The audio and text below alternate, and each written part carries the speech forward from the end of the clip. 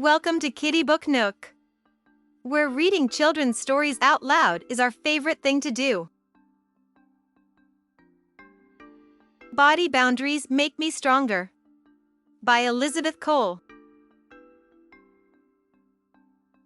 Nick was having fun, running around the playground and sliding down the slide from the top to the ground. But all the fun was spoiled by a boy named Ben, who started tickling Nick over and over again. Ben was poking little Nick until it got to be too much. Nick frowned at Ben. He said he didn't like that type of touch. So he took his toys and ran home straight away, unaware that another surprise was on the way.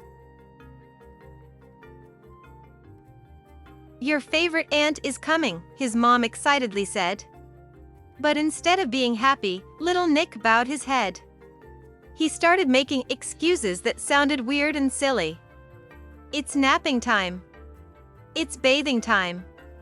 I don't feel well, really." Nick's mom noticed him acting upset and a bit strange too. "What's wrong, honey? Is there something bothering you?" Nick never lied to his mom and he never lied to his dad. So he decided to tell them what made him upset and sad. "I don't feel comfortable when Ben starts to tickle and poke. For me it's not a nice feeling, but for him it's just a joke. And I love my dear auntie, please don't get me wrong. But her kisses are endless and her hugs are so strong." Nick's mom said, "Oh honey, you have the right to choose. If you don't like the kissing and tickling, you can sure refuse. Kicks, punches, pinches and pushes are not okay for you. But sometimes, even pleasant touches can be unwelcome too. If someone touches you and you want them to let you go, remember, your body is only yours and you can say no. With kind words, you can explain to everyone so they understand. Instead of hugs or kisses, they can high-five or shake your hand. You can't see your body boundary, but it doesn't mean it isn't there. It's your personal space, and you get to decide if you want to share. Everyone should respect that, at school, on the bus, or at the zoo. You can become uncomfortable if someone gets too close to you. If someone comes right up to you and talks too close to your face, or breathes down your neck, they are invading your personal space. Think of your body boundary as an imaginary bubble. And if someone tries to break in, it can cause some trouble.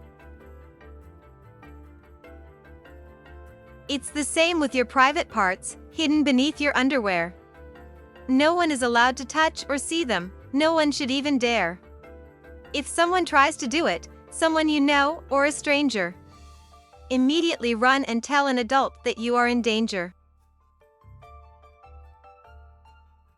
Nick asked, "What about the doctor I visited the other day?" Nick's dad smiles, "Doctors keep us healthy and that's okay. They take care of our bodies to keep them strong as can be. And when you have a checkup, you go with your mom or me." "And how do I know I am in danger if that person is kind? How do I know their intentions and what is on their mind?" Little Nick was confused, but his mom made it all clear. "There are many signs that you can recognize, my dear. If our neighbor pats you on the head because you were polite, or a teacher gives you a sticker for being good, that's all right. But if someone offers to touch you in exchange for sweets, remember, it's a trap, especially from strangers on the street.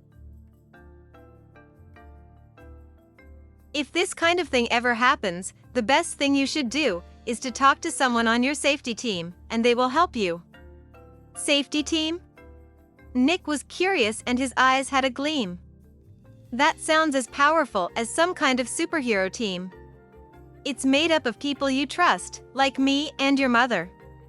It could be a teacher, a grandparent, or your older brother. If, by any chance, the people on your list are not nearby, tell another adult or leave that place without being shy. Nick took all of his parents' advice, it was wise and clever. And he began to act on it. he was feeling safer than ever. Not ashamed to speak up, little Nick had no secrets to hide, because he knew his safety team would always be by his side. And when his favorite aunt came to visit them for a while, Nick asked her for a high five, and she did it with a smile. Respecting others' body boundaries became Nick's mission. So, he did not tickle, hug, or kiss someone without permission. Nick found some touches to be unpleasant and impolite. So, he refused any of the ones that seemed not quite right. But some touches made Nick happy, calm, and full of bliss. Especially his mother's tender caress and her goodnight kiss. The end. I hope enjoyed this book with us today.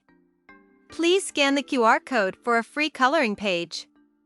If you would like to purchase this book, you will find the link in the description.